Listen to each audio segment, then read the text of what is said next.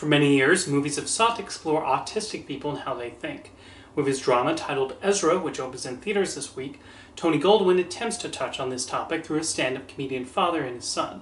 While his heart is in the right place, the story choices end up hurting the movie as, despite the film's best efforts, the father never becomes a likable or endearing character, and his actions feel detrimental to his son's well-being.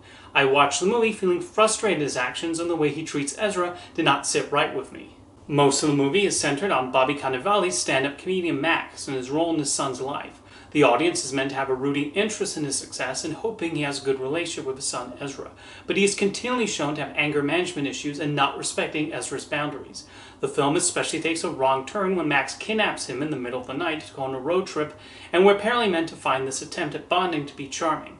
When his father, played by Robert De Niro, calls him out for his behavior, he is absolutely the voice of reason in the situation. There's a lot of frustration watching how he interacts with Ezra, and him trying to push him to overcome certain things is viewed as necessary development. You watch moments like Max refusing to let Ezra use his preferred type of fork, and you just feel bad for his son. The whole premise of him being a stand-up comedian also doesn't work, largely because none of his stage material is all that funny.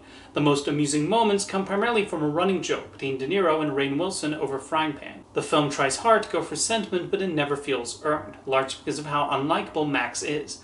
The nicest scenes in the movie primarily come from Ezra's interactions with his mother, grandfather, and a farm girl he meets on the road trip.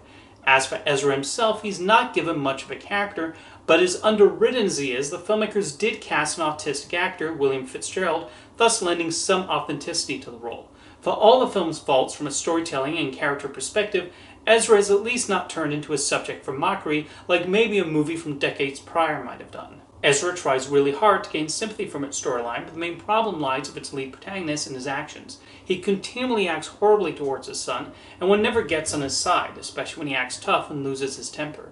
The film wants so much to be a heartwarming story about bonding and growing, but I never felt the character development from Max. Many of the sentimental scenes also falter, while containing moments where characters suddenly change on a dime when the plot calls for it.